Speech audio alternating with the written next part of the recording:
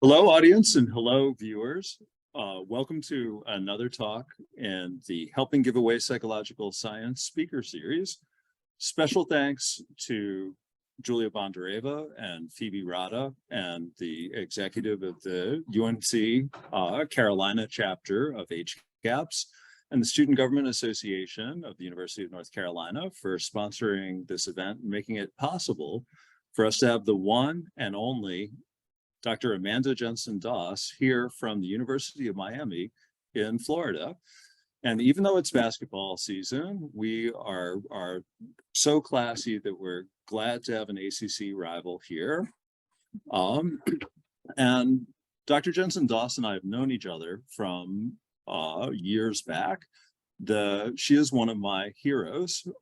She loves assessment and is really curious about it and believes that having a good sense of what's going on with the client helps lead to a better plan about how to work on things together. And where she is really exceptionally good is the tracking on are we making any headway? Are we making progress on the goals that we have? So if you've been hanging out with me or reading things, you've seen me sort of thinking through, what are we doing with assessment? What type of assessment helps at different stages of work together?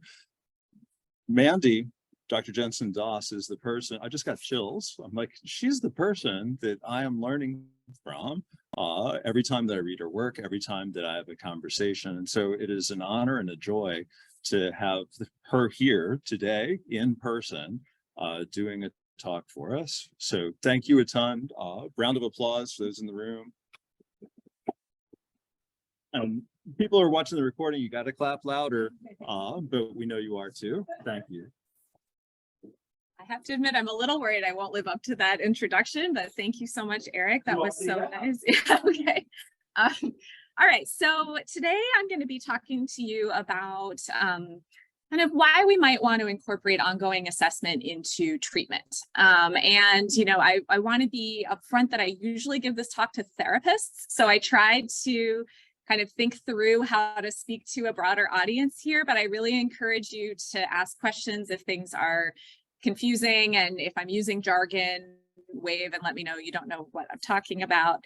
I don't have any financial disclosures, but I did want to take a minute to recognize my collaborator, Susan Douglas, who has really taught me how to do this work. And so a lot of what we're talking about here are ideas that we've developed together. And it feels weird to be the sole author of this talk when she and I have worked together on this. So really briefly, this talk is not about me, but just so you can kind of see where I'm coming from. I started, and I also think it's helpful to tell students, so my thesis when I was a master's student in the doctoral program at UCLA was looking at diagnoses. And we had a data set of kids who were getting treatment in clinics around Los Angeles, and they were also doing research assessments with us. And I compared the diagnoses in their clinic records with the diagnoses that our research instruments generated, and found that basically the agreement was zero. I mean, it was very low agreement, often not better than chance. So we could have flipped a coin and given the kids a diagnosis. I don't have time to talk about all the papers, but I replicated this using one of Eric's data sets, and that's how we actually started working together, was on that project as well. So I got really interested in trying to think about how can we make clinicians better diagnosticians, and got really frustrated by the lack of answers, because, you know, as you all know, because this is the work that's going on here, the gold standard is these really long diagnostic interviews that are really hard to learn how to do and take up more time than any clinician can have. And so I got lazy and I quit that and decided to focus instead on ongoing assessment. And, you know, it wasn't exactly quitting, but my thought was, you know, our diagnosis is always a best guess, right? So if you've been around Eric at all, you know, you never say, well, I have 100% certainty that this is the right diagnosis, right? We're making a best guess and we're starting treatment. And so I got really interested in, well, how could we keep checking our answer as we go? And how can we think about building assessment into our ongoing decision-making? And at the time, a lot of work had been done on this in adults, and this is still true, less work on kids. And I'll talk a little bit about how I think it's different with kids as we go.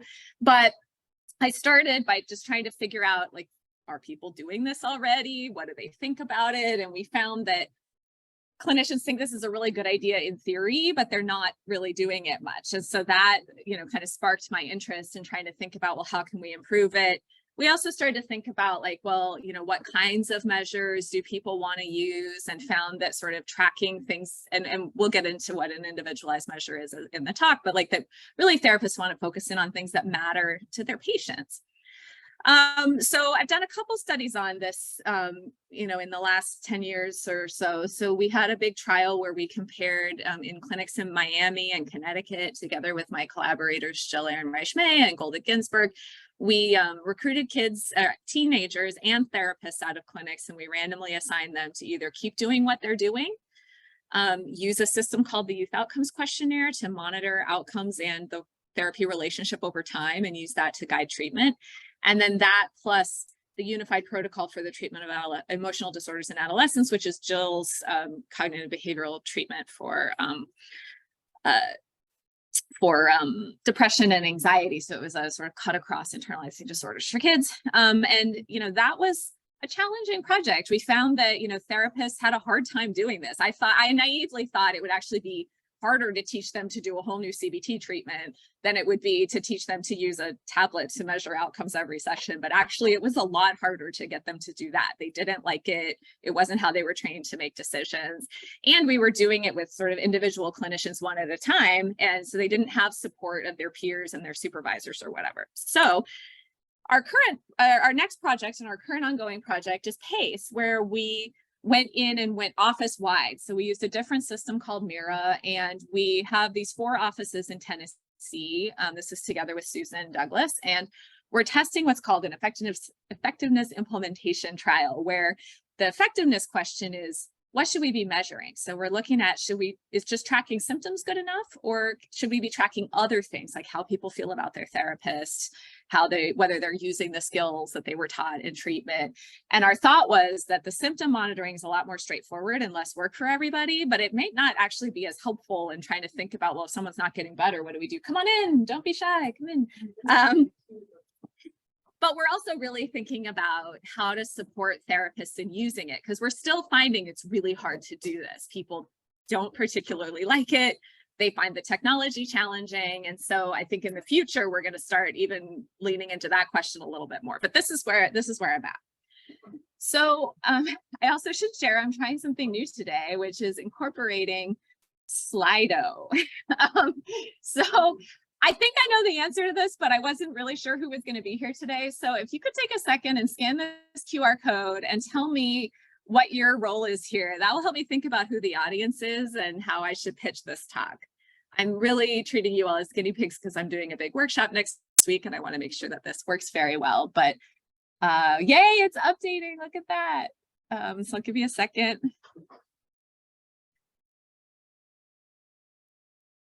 It should be role, R-O-L-E. That's embarrassing.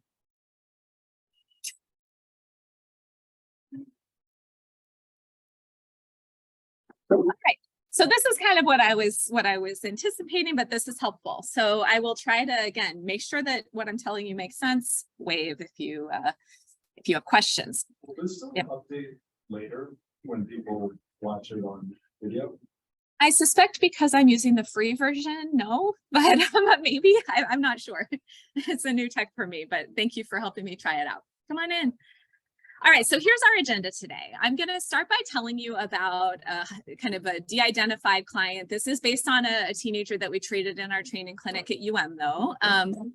And then I'm going to use that to kind of talk to you about this idea of measurement-based care, which is really using assessments like the ones that you're focused on at Age Gaps to really drive treatment and drive the way clients and therapists talk to each other and how clinicians make decisions about what to do and how they do that together with their clients. We're going to talk about why this might help someone like Isa. So what are the types of things that make this a useful thing to do?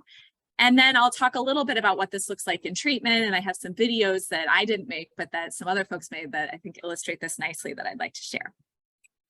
So to kind of orient us, so Isa is a 17-year-old Latina who was brought to treatment by her parents, which is common, right? So sometimes teens say they want therapy, but often parents say, somebody needs to help me get this kid in line. And consistent with that, at the time of bringing it in, what they said is she argues with us, she's not doing her chores around the house, and she's not doing her homework, so she's not doing well in school, and we're really frustrated by this.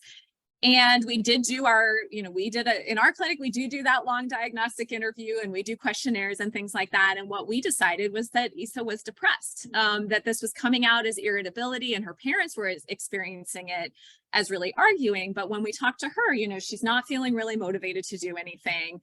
She's getting really crabby with her parents when they try to get her to do things. And so we decided to treat her for depression.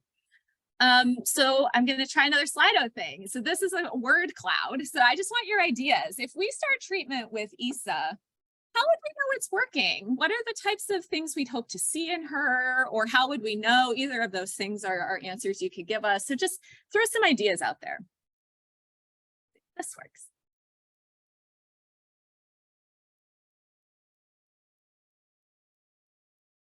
Okay, so her mood would be better. So she might be less crabby and less irritable and less sort of sad sometimes. Yeah, she might be more energetic. She'd talk more, or she could, and so that could either be she's talking more, or she might tell us it's doing better, right? So we could think about these as outcomes or methods. Yeah, she's more motivated. She's more engaged in school. Love this. She's communicating effectively. She's happier. She's doing better in her daily life. So these are all things that we, hope she's going to tell us about, right? So most of us, we start the session, how's it going this week? And they tell us how things are going, but this is what we want to do, right? This is why we're in the business of treating kids. We want them happy. We want them doing well in school. We want them getting along with their families. But I think the question is, how would we know that these things are happening, right? Is she going to tell us? Whose opinion do we listen to? Is it that her parents think she's doing better? Is it that she tells us she's doing better? Is it that she's getting better grades? What does school engagement look like? Is that doing her homework? Is that better grades? And so, and we could think about, again, measures. We could do measures. We could ask her. She could tell us. Her parents could tell us. So you can see, like, this is what we want to know, and this is what I'm arguing measurement-based care can help us do in a better way. What she tells us is really, really important, but we also might want some ways to help make our learning about this more efficient and maybe a little bit more objective, but we'll talk about that. All right, so what is measurement-based care? I've used this term a lot already. So, to take a step back for a second, the good news is we have a lot of really effective treatments for teens like Issa. So we've got, when I was in graduate school, this was not the case, but now we've got, hundreds of great research-focused treatments for people. And this can actually be pretty overwhelming to therapists. We have a lot of options to treat people with. But really, I think what we need now is sort of roadmaps to how to make choices for what to treat people with, right? So for someone like Issa, we have multiple options. We could use medications. We could use interpersonal therapy. We could use cognitive behavioral therapy. There's lots that we could use behavioral activation. And so, I think where the field needs to think now is how can we make better decisions? And a lot of what HGAPS is doing focuses on that, right? So making measures more accessible to do screening, to try to figure out, does somebody have pediatric bipolar disorder? That's a call that I, as a clinician, have historically felt very uncomfortable doing, and the resources you're doing help us with that, right? And we can think about, this is a figure that we made kind of based on the American Psychological Association's definition of evidence-based practice, but actually almost any discipline, medicine, education, if you ask them what's evidence-based practice in your field, they're going to say it's a combination of the research base, the characteristics of the person you're working with, so the patient characteristics, culture, and preferences, and the clinicians or practitioners' judgment. So that's the definition of evidence-based medicine. That's the definition of evidence-based teaching. It also happens to be the definition of evidence-based psychology. And we can think about, how that plays out in treatment is we want to do a good first assessment to figure out what's going on. We want to learn a lot about this person. So just knowing Issa is depressed doesn't actually really help us pick a treatment. And I'll talk more about that in a little while, right? So medication versus all these other ones, how do we decide between those? We pick a good research supported treatment. But then we have to keep going back and asking, did we make the right choice? And so, and this is, again, measurement-based care is this idea that from intake to termination, using assessment over and over and over again to make sure that that we're making the right decisions. Did I lock them out now? Feel free to let them in. It was just a little noisy. All right, so measurement-based care is the systematic collection of data. So over and over and over again, we're collecting data from the patient. And when we use patient, when we're talking about kids, that could be Isa, that could be her mom, that could be her dad, that could be her teachers, to see how treatment is doing and inform clinical and organizational decisions. I'm not going to talk about organizational decisions today. That's a whole different talk. But we can think about in a clinic or in a school, someplace that's more of an agency, we have clients regularly answering questions for us. Clinicians review it. And also organizations can review it. And again, we're not going to talk about that, but there's my collaborator, Susan Douglas, talks about this golden thread of information that starts at the level of patient and goes all the way up to decision makers in an organization. When we're thinking about what's happening in treatment then, what we've written about is that there's probably this sort of process where if we start up here on the right, we're engaging a patient or a client. We're bringing their voice into the room. We're getting them to tell us how they're doing. It's another way of bringing their voice into treatment. So, we're asking more questions maybe than we otherwise would because we're having them fill out these measures, and they may find it helpful to communicate in that way. And then the provider, sometimes there's going to be a signal that we need to do something. So I'll tell you more about this later, but the research suggests that when this is most helpful is when things are off track, right? If we think things are going great and we already knew that, feedback's not helpful to us. We're not learning anything new. It's when we think things are okay and we get a signal that they're not, that this can really make a difference for people.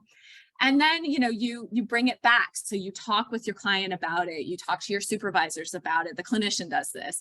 And there's sort of a cycle where we do this in an ongoing way. So we listen to our clients. We think together with them about what to do. We might stay the course or we might make a change. And we continue this feedback loop over the course of treatment. The other thing I'll just toss out there is that there's this big push toward patient-centered care, both in medicine and what we do, where we're trying to really center. We're not thinking about hospitals, we're not thinking about clinics, we're thinking about the person right in front of us. And there are these models for kind of what that looks like. And I think measurement-based care is very consistent with this. I'm not going to go into this in a lot of detail, but I'll kind of reference it as I go. But this comes out of medicine, but people are also talking about it in psychological treatment, where we really want to, again, center their voice, their preferences, make sure that things are working for them, involving their families in ways that they want us to. If they don't want us to, we don't do that. And that measurement-based care can actually help with that too. But what does the research say? So does measurement-based care actually improve outcomes?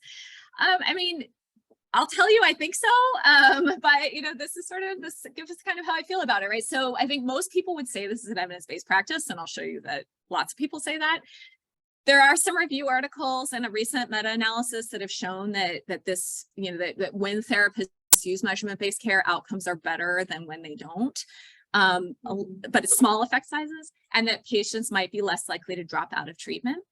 But, you might know, because again, HGAPS deals in some of the stuff, the Cochrane reviews, which are supposed to be the gold standard best reviews of various practices, have come out to say they don't think the evidence is strong enough to say one way or the other. I don't have time to get into it. There are people who sort of have criticized the way they sampled things and the outcomes they valued. But I will say that, there are some studies that there's a lot of variability in what studies find. There's a lot of variability in how they do measurement-based care. And at the end of the day, there's hardly any studies on youth. So there's a very limited number of studies that have looked at this in kids. So I just want to be sort of honest about the state of the evidence, because it's not exactly where we would want it to be. I think there's a lot of questions that we want to ask about it. That said, a few years ago, a group of something like 30 professional organizations came together and put out a statement on the definition, kind of a deeper statement on what evidence-based practice in mental health looks like. And monitoring outcomes was part of that. So they said, if you're getting evidence-based practice, your provider needs to be measuring how you're doing, and make adjustments if need be. That you can't really say you're providing evidence-based treatment if you're not doing this. There's also some regulators who require this. Sorry, did you have a question? Oh, yeah. I did. It was just about coffin reviews. Yeah. Is there a coffin review in this area? Yeah, there's two. There's an adult one and a child's one, and both of them. Yeah, I mean, again, there's certain studies they excluded. But yeah, if you want the references, you can email me and I'll get them to you. The Joint Commission is an accrediting board that focuses a lot on kind of integrated behavioral health organizations, and they also are now requiring this if you want their accreditation.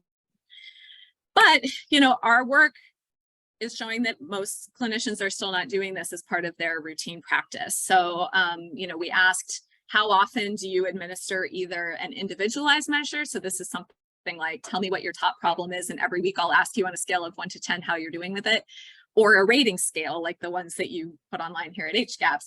And we find that, you know, if we think about that frequent, you know, doing it, you know, ideally every session, but once a month is a low bar for us, we see that only about 15% of folks are using rating scales at least once a month.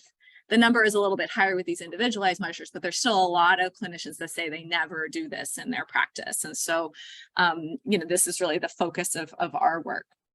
And part of what drives this is that we think that people like Isa have the right to, you know, measurement-based care. So this is a video that CAPS put out a few years ago that I just want to show you. Yes.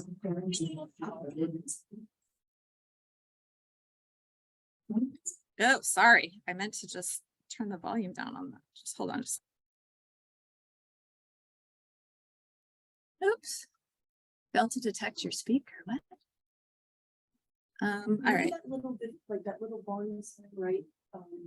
Right. You all hear it. I don't know. All right, hopefully folks at home can hear this. Oh, now. See? How do I know if this is working?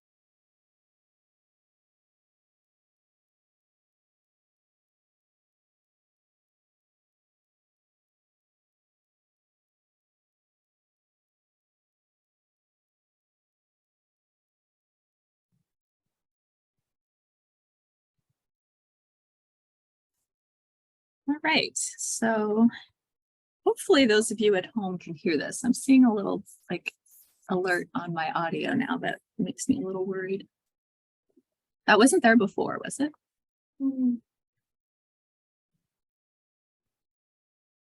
I don't know. We'll see. Apologies if we don't have a recording. All right, so let me get back to this is not forwarding. All right. Okay, so how can MBC improve outcomes for patients like Isa? This is not Isa, but this is how we might do this in telehealth. All right, so Susan Douglas and I have been working on a model for, you know, how this comes into the whole flow of therapy and how it might work. So I'm just going to kind of briefly touch through these. So the first thing that we can think of is filling out measures and rating your outcomes as a way for you to talk to your therapist. So you know, we talk about this brings the client's voice into the room. It's another way to ask them how they're doing. This can also help us bring other voices into the room. So in the comment study, for example, we had people that said like the parents don't come to session, but I can send them measures and they'll fill them out. And it's a way for me to at least have a little bit of information about how they think things are going. We can also share feedback and engage in talking about how this is going. And, you know, one metaphor we sometimes use is that, you know, we can think about, this is a football one, but, you know, having this information before a session helps you start farther along. So in football, you know, if you get the ball, it might be on the 20-yard line, but if you get it in a better place, you're more likely to score. And so the idea is you might walk into a session with more information. And instead of just saying, how are things going today, you can say, I saw on your measures, it looks like you had a really rough week.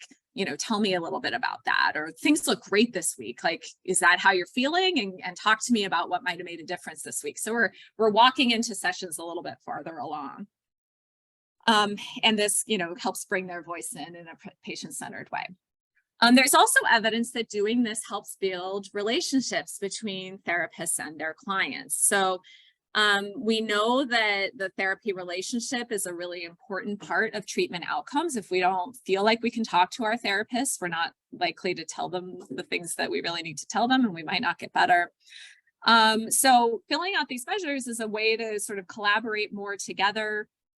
We also know that an important part of the alliance is agreeing on what we're working on, agreement on our tasks and goals. And so if we're having a more explicit conversation about what are your symptoms, what are we working on, is this still what we're working on, you're directly talking about a component of the therapy relationship.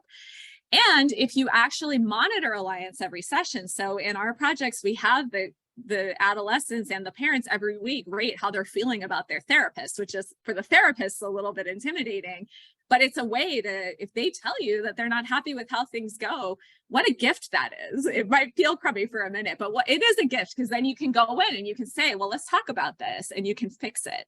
And so there's actually research to show that improved alliance might be one of the reasons why measurement-based care improves outcomes. I think about a therapist on the COMET study that she got some negative alliance feedback, and she was very grateful for it. She was very open about it. But I remember her saying, like, I actually thought we were getting along great because she laughs at my jokes, and not all teenagers laugh at your jokes.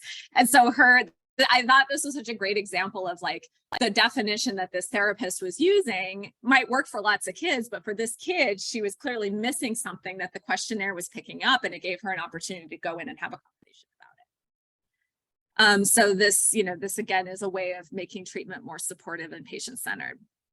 It also helps us figure out what to work on. So I know I said that I kind of bailed on the hard problem of diagnosing, but if clients are filling out questionnaires for us, the scores and even the items themselves can help us figure out what to work on. So, we can give a rating scale that covers a wide range of symptoms and just check in about them all kind of quickly.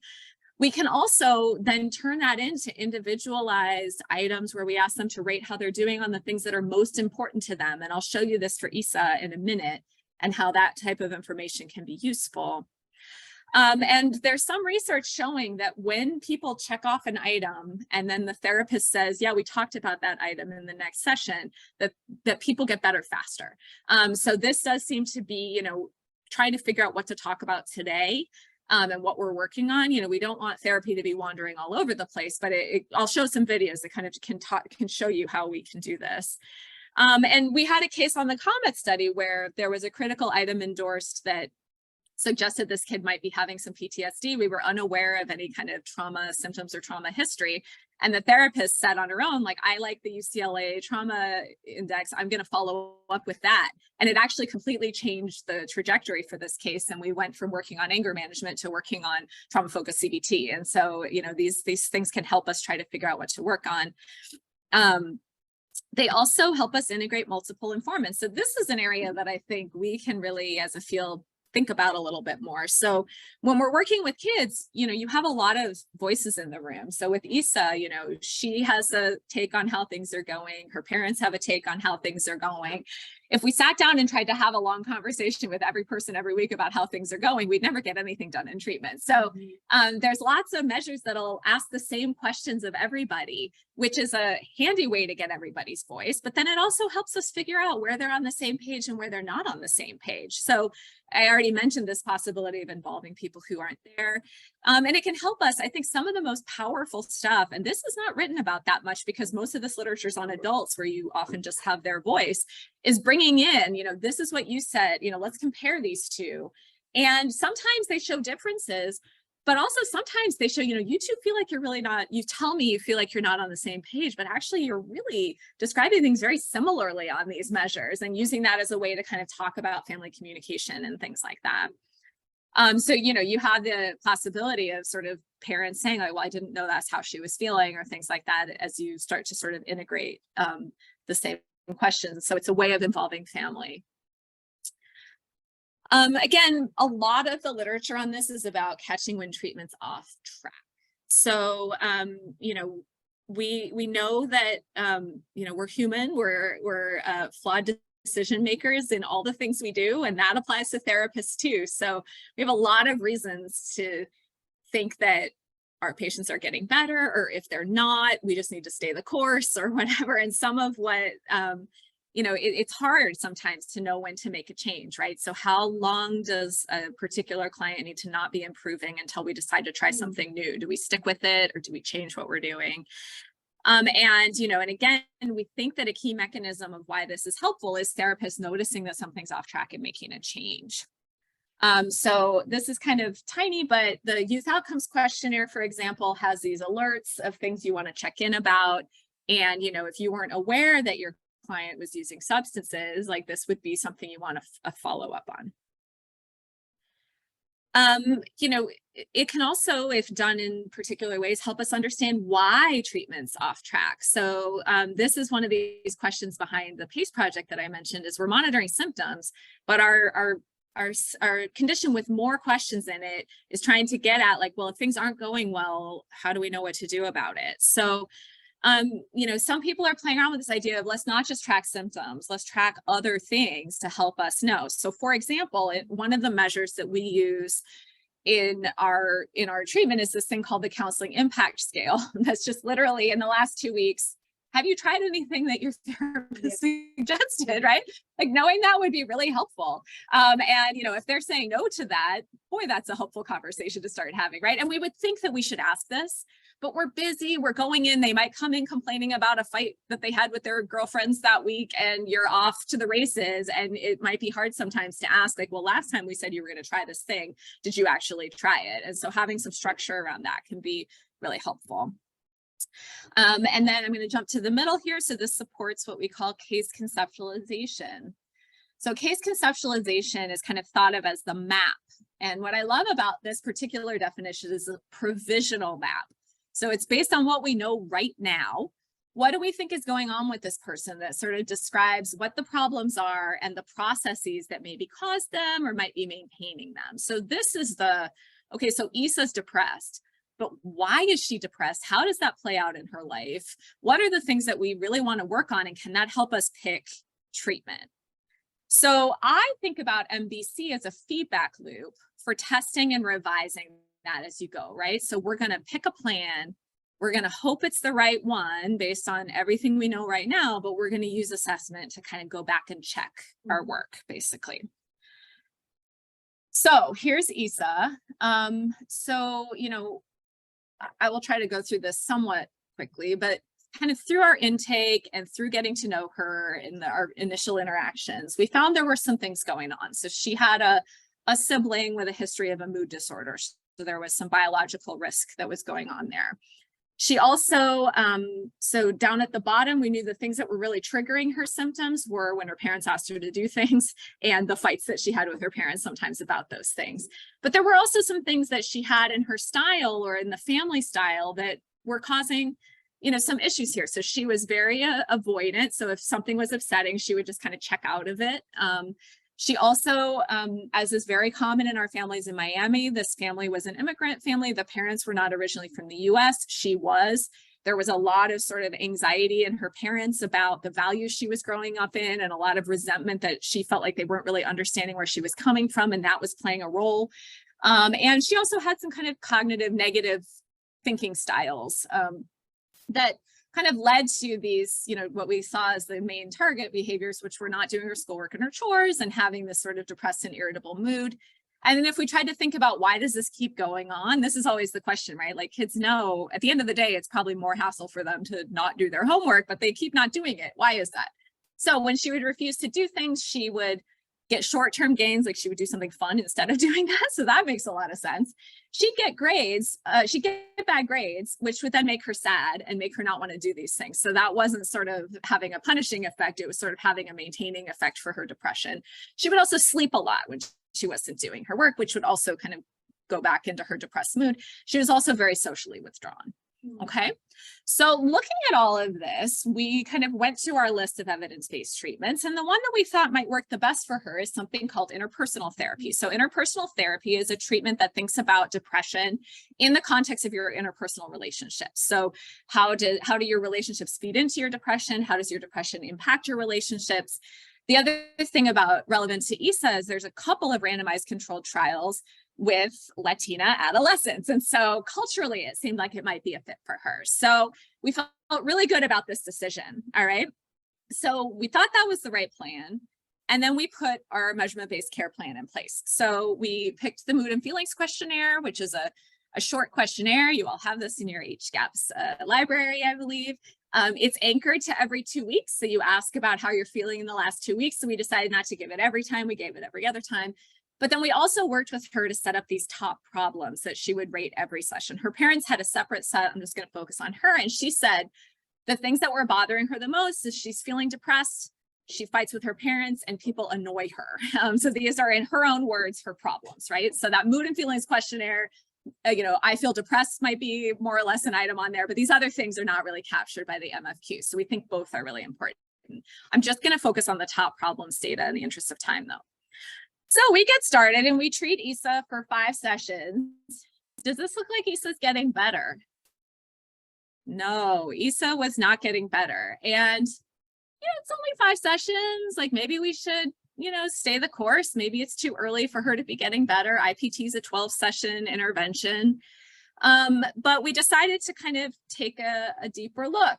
And we said, well, I think we would have expected to, are we doing the right thing? So we looked and we said, well, we were really focusing on communication strategies for her to not get in these arguments with her parents. Like in IPT, you kind of pick up problem focus and you teach skills around it. So hers was sort of interpersonal conflicts. So she wasn't using them. So she would get into a conversation with her parents. She would get so angry with what they were saying and think they're being really unreasonable. She'd get too mad and she wouldn't use the skill that we had practiced in session. And so we had every week we would assign homework, like talk to your parents about this, try this skill out. She was not doing any of the homeworks. And so we thought, probably we need to think about making a change here. So we decided to switch to CBT and we said, well, look, her emotion regulation difficulties and her negative cognitions and her lack of activity are making her so emotionally uncomfortable that she can't do this IPT stuff. So even though it made a ton of sense based on everything we knew about her, she really needed skills to regulate her emotions and get her depression a little bit under control before she could think about being a better communicator with her parents. So we switched. And we saw she got a lot better. And we didn't have to do the IPT. So, once she was able to sort of get a better handle on her feelings, she started to fight less with her parents. She felt a little bit less annoyed. And so things got better. So this is just an example of how we can use that monitoring. We thought we had a great plan and we could have just seen that IPT manual through to the end and maybe she would have gotten better. But this is an example of a way that you might use the data to make a change. All right. And then the last thing we can do is make decisions about when treatment is done. So that was a surprise for us in the COMET study too. I mean, it shouldn't have been, but when we have clients we really like, therapists like to hang on to them because they come every week or clients like to stay. And, we have such shortage of mental health services that we probably want people to move on when they're doing better. But that can be kind of a hard conversation to have if everybody's sort of happy with how things are going.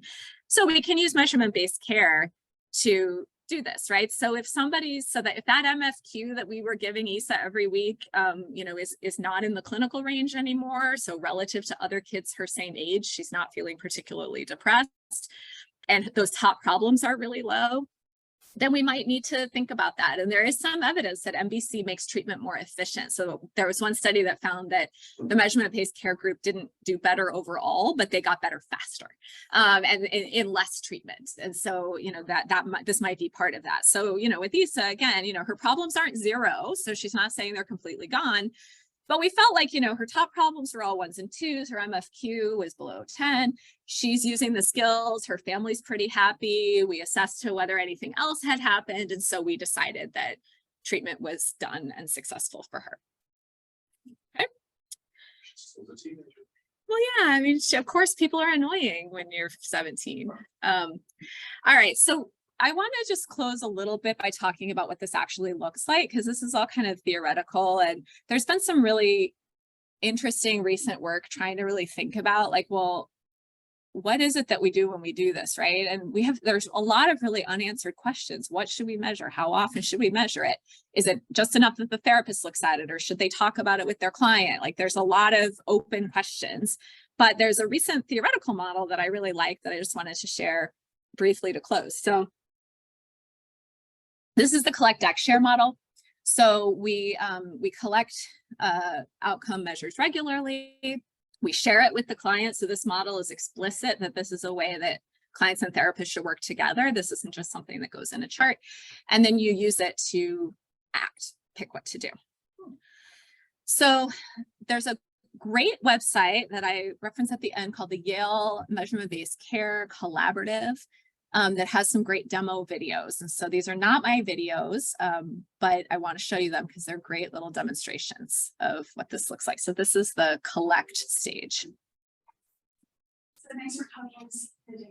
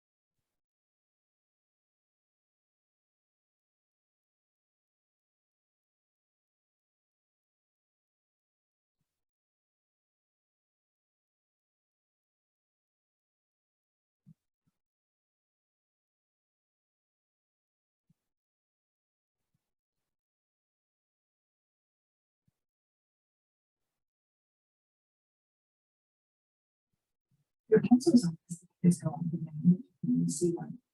Okay, we're hoping that over time.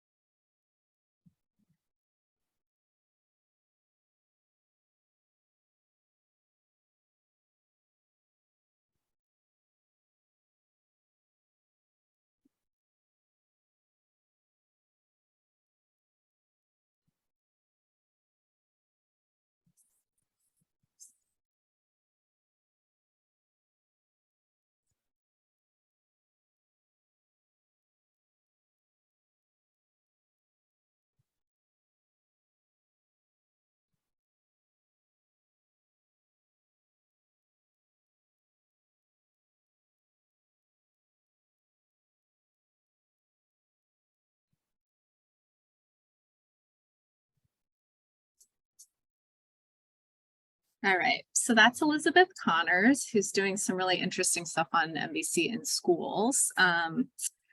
So the first step was what she just did, which is explaining why you're doing it. You know, it's not just like, here, fill this out, you know, having a conversation like that. And then selecting measures. So, this is a real big decision point about you have a limited amount of time. You don't want to have somebody fill out 500 items every time you see them, right? So a lot of what we've focused on is this kind of treatment response. How are their symptoms? But, and some of these things will help us think about things like, has there been a big change in how this person's doing? Some systems will ask people like, has any big event happened this week? And you can check it off and type in there what happened. We also want to think about strengths and coping. So in the, PACE project, we have some measures of things like hope, and motivation for treatment and things like that. And then also some things about treatment engagement. Again, how are you feeling about the therapist? Are you trying things out and things like that? So the trick is finding short measures that can do all of this. And this is where Eric and I were chatting today about how like HGAPS has all these kind of free brief measures. How can we sort of think about helping people see those and use them for this purpose? And under this model, a lot of clinics sort of have standard batteries. In our studies, we were testing standard batteries, but you can do this collaboratively if you're not in a setting that does that. So kind of talking together about, is this the right measure? One of the tricky things is resources for selecting these measures. So the HGAPS Assessment Center is actually a great tool to look for measures and find ones that are free and brief. The American Psychological Association is working on a resource to help people find measures. There aren't very many measures up there yet, but it's a work in progress. So those are things, but I think there's a need here, wink, wink, HGAPS, to kind of help people think about what are good measures for this purpose.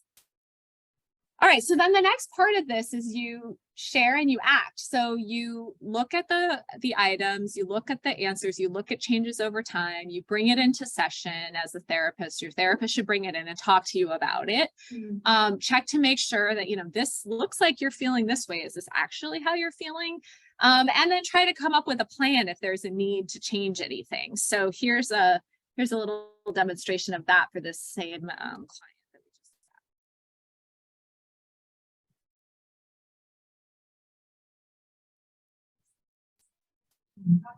Since the last, things have been good, yeah.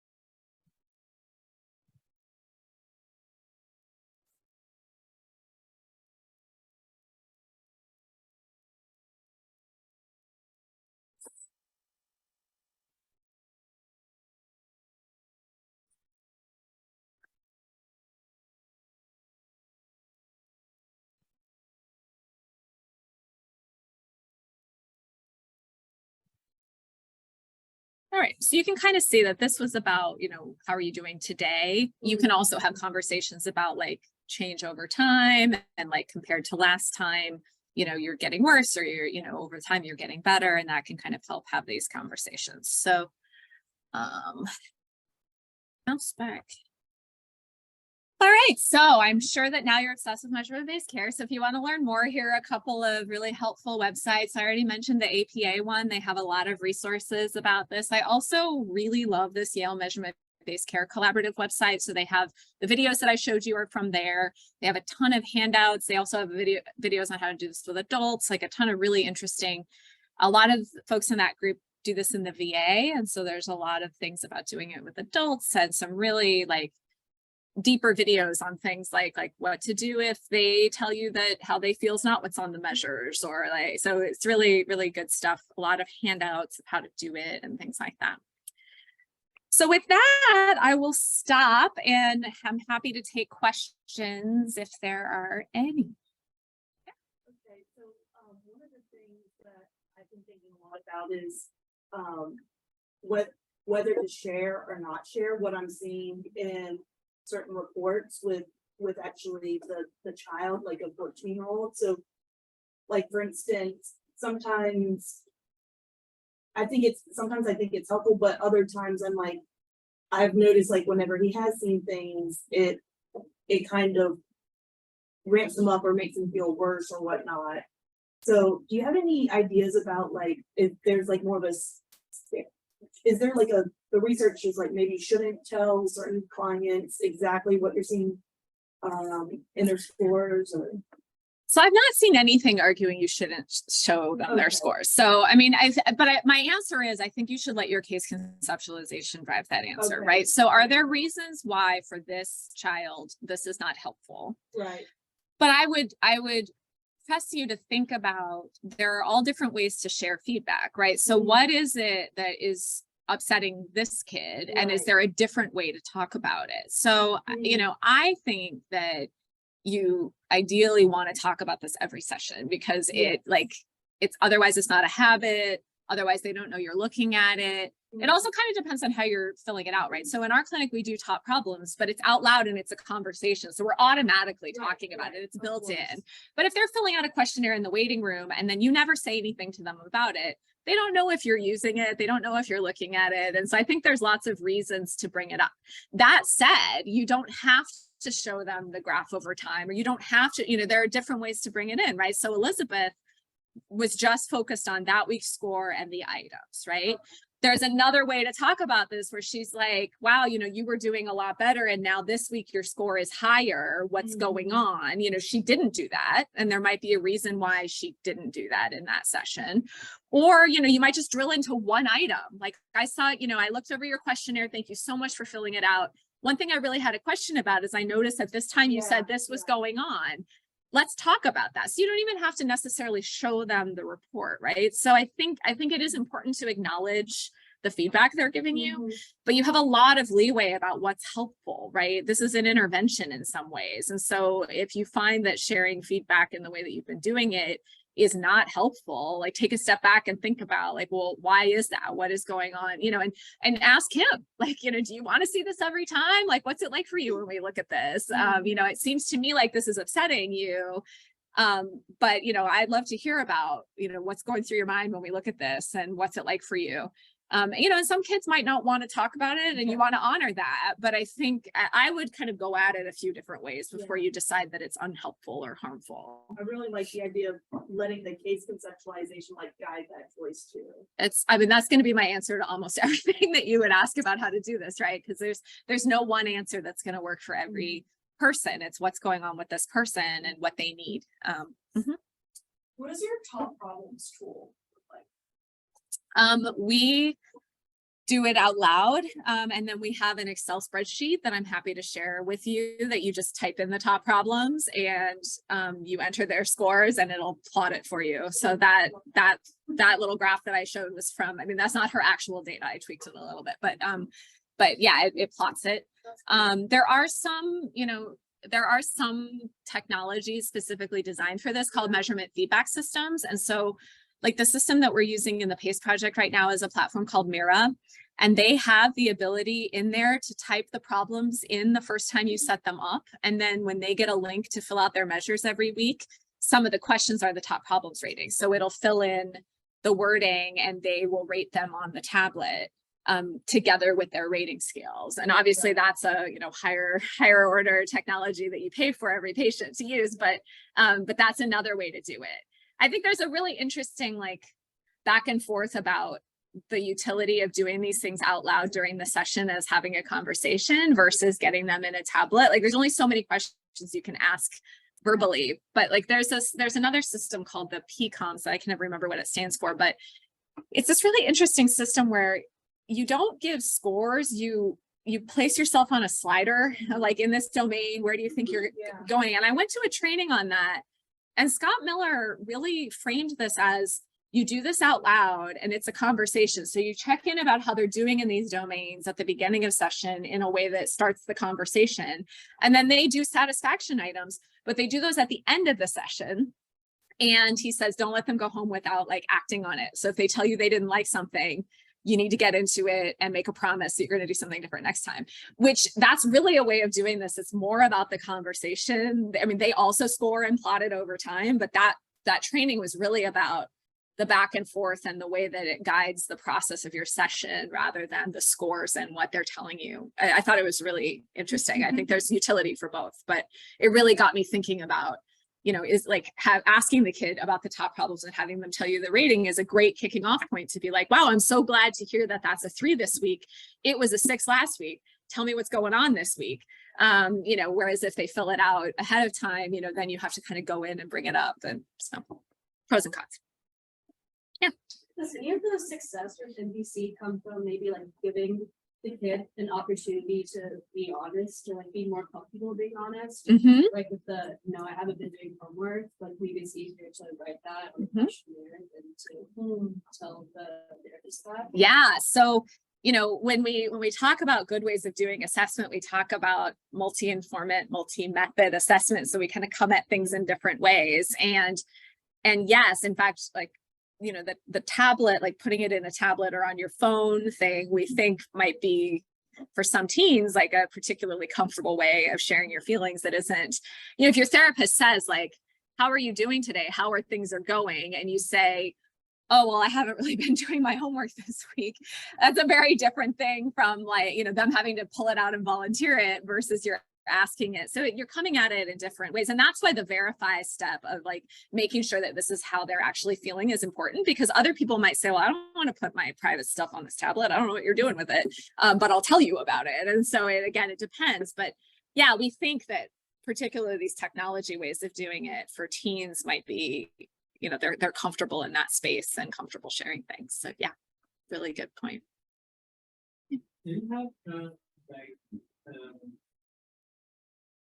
studies about if like integrating the more psychometrical approaches to the outcome that over time influence the results? For example, that the reliable change limits should be like care about the really when measuring over time, or it doesn't matter if like it works in.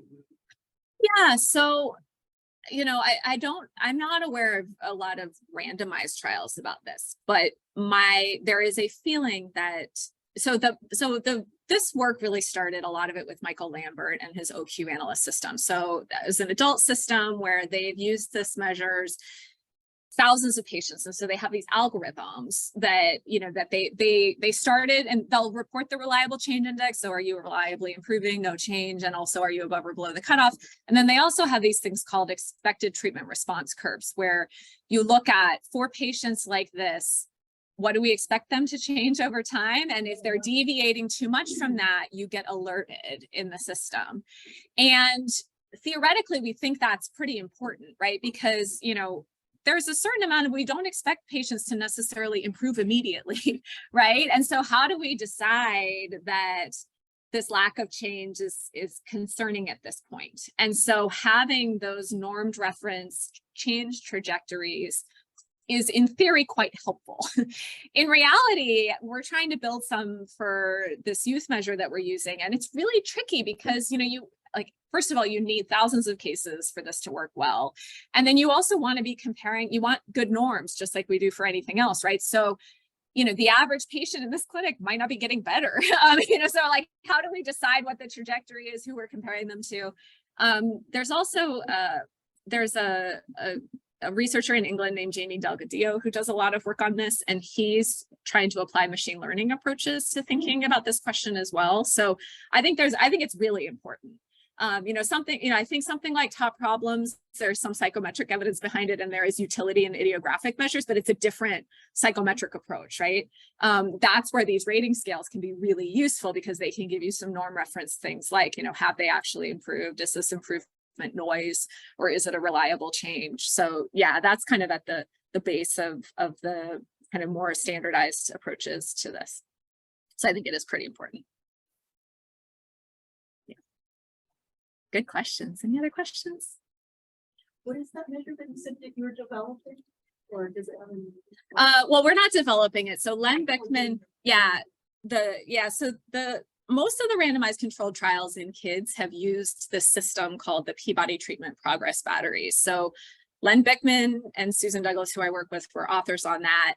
And it's a really interesting battery of measures. So it's like 12 measures, but you don't give them every time. You give them on this kind of staggered course. So, you know, you get symptoms every time, but they have two equivalent forms. So you get half the symptoms one week and half the symptoms the other week. And then you get alliance every time, but you get motivation to change maybe only every 8 sessions. And on the and the idea is, again, you need technology to do it well, but in any given week, you're filling out 5 minutes worth of items, but across a course of sessions, you're getting a whole range of constructs that you're measuring. So that's what we're using in PACE.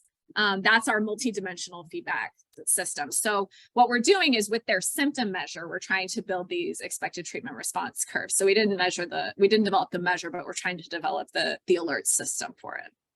I love that. It's so good. Is anybody doing work with assessing more often than that? So like, rather than just assessing when the client comes in weekly, like assessing outside of that? Yeah, there are some people kind of playing around with like ecological momentary assessment. So yeah, I mean, I think that, you know, I have questions about like, are patients willing to actually do that? Yeah. There's a woman at FIU who's doing that. And yeah, so there are some people playing around with it, but again, you know, it's kind of like self-monitoring. It's just a sort of different approach to doing it. I'm not aware of any big trials of that right now, but they certainly probably exist. The bipolar world, the light charting. Yeah. And a bunch of apps now, like Optimism, are sort of straight to consumer, doing daily ratings. And so that's where it's been developed a fair amount for a very Yeah. I was just thinking about this with like reference to things that change really rapidly, and you want to know if they change, like suicide risk or something like that. Yeah. Things that are higher risk, but Yeah, suicide I've seen risk is, that. yeah. I mean, it's a really, really tricky one with suicide risk, because, you know, if somebody's rating their suicide risk every day, are you keeping an eye on it? Who's calling them? I was talking with somebody who's doing an implementation right now where their administration has decided that they're sending these out whether people come in or not. So it's like ahead of session. And if they endorse suicidality, they have like a team of clinicians that aren't your clinician who call you to follow up. Yeah. And I have a lot of questions about that, right? Like, that sounds really aversive. What if your therapist knows, like, what if you have OCD and you have intrusive suicidal thoughts? Like, this actually could make you worse. You know, like, that we don't ever want to be flip about safety, but, you know, we always want to kind of balance this. So like, a lot of places will put, like, in Mira, in our project, the clinic has a statement that says, like, this is not an emergency system. Nobody's monitoring this between sessions. If you have an emergency, call 911. So you have to just be really clear about, you know, and like, monitoring suicidality every day sounds really important in theory. And then also in reality, you know, it's this ethical thing of like, is it better for us to know, but then we can't act on it? And will we get sued if we don't act on it? And so it's a really, really complicated thing. That said, like, in the PACE project, we know of at least one situation where the therapist was not aware that the kid was having these thoughts until they endorsed it on the MFS. And that was really powerful to think about, you know, what could have gone wrong. if the therapist hadn't looked at the report and if the kid hadn't filled it out, right? So it's a really interesting tool, and also the ethics of it are just something people really have to think through in terms of how they're going to manage the information they're getting. Yeah. Yeah. Great. All right, thank you a ton. Let's clap loud enough for Mike's to it up. Not quite. I think it's 50-50 whether the mic picked up any of this, let's be honest. So yeah, we'll see. All right, thank you so much. Really great questions. I enjoyed chatting with you all about this. Stuff up here for you all to eat too, so.